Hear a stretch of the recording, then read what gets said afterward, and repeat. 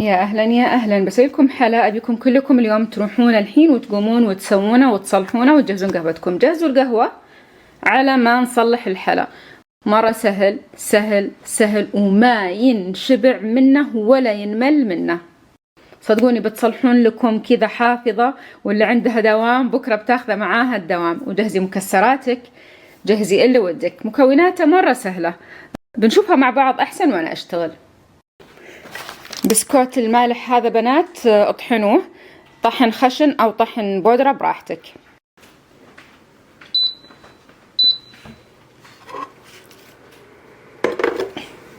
اول خطوة بنحط الهردة او الطحينة. المقادير بكتب لكم اياها بعد شوي، انا مسوي مقدار صغير طبعا. بضيف عليه فول سوداني.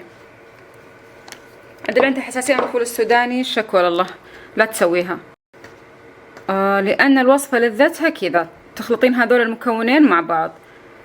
تابعوا معاي. هنا طبعا راح أحركهم لين تذوب زبدة الفول السوداني تماما، تمتزج مع الهردة. شوفوا يا جماعة، ذابت وقامت تختلط أو اختلطت مع بعض. بخليها شوي بس تتطابخ، شيء بسيط بسيط مرة. راح أضيف التمر بنات.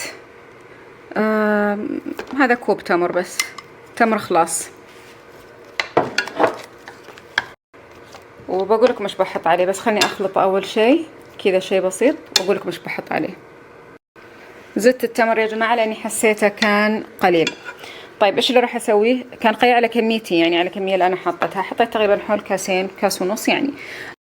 المهم هنا عندي البسكوت المالح اللي أنا طحنته،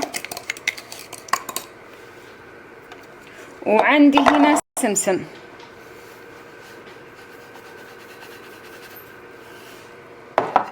واخلطي هذه المكونات كلها مع بعض. طبعا قصرت الحرارة، بس انتهت السالفة. حطي عليه، خليه بس يتغلف التمر بالبسكوت، وضيفي عليه يا جماعة مكسرات وقت التقديم، بس خليه يكون ساخن. ياهو لذيذ لذاذة، ياهو ما ينشبع منه يا جماعة، شيء مجنون. تدرون وشو خسارة؟ كمية البسكوت اللي شريتها مو كثيرة. كان ودي أكثر بسكوت، فأنتوا كثروا. بس الطعم مجنون مجنون مجنون بشكل ما تتخيلونه. بزينا بالمكسرات، سمسم وشغلات كذا مرة يمي، لذيذ لذيذ يا بنات، ما ينشبع منه. خلني أرتبه بعد أحطه في صحن ثاني وأودي حق خيتي. الآن بنات بحط عليه المكسرات اللي انتي حابتها. طبعا أنا أكيد أحب الفستق. جهزي قهوتك يا شذا. أصلا على ما تنزل الوصفة بحط عين جمل، وبحط لوز شرايح. التمر يحب اللوز صراحة، وحتى منظره جميل وأنيق وحلو. لذيذ يا جماعة، لذيذ ما ينشبع منه. عشان بس يوضح السمسم. طبعا السمسم نكهة الطحينة أو الهردة.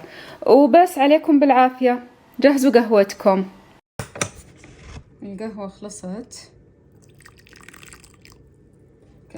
كأنها بتجوز لي. والحلا خلص. حطيت حق شذا واحد، الحين بس يجي وائل أرسله يوديه حق خالته. هذا سووه انتم مغمضين وتلذذوا فيه.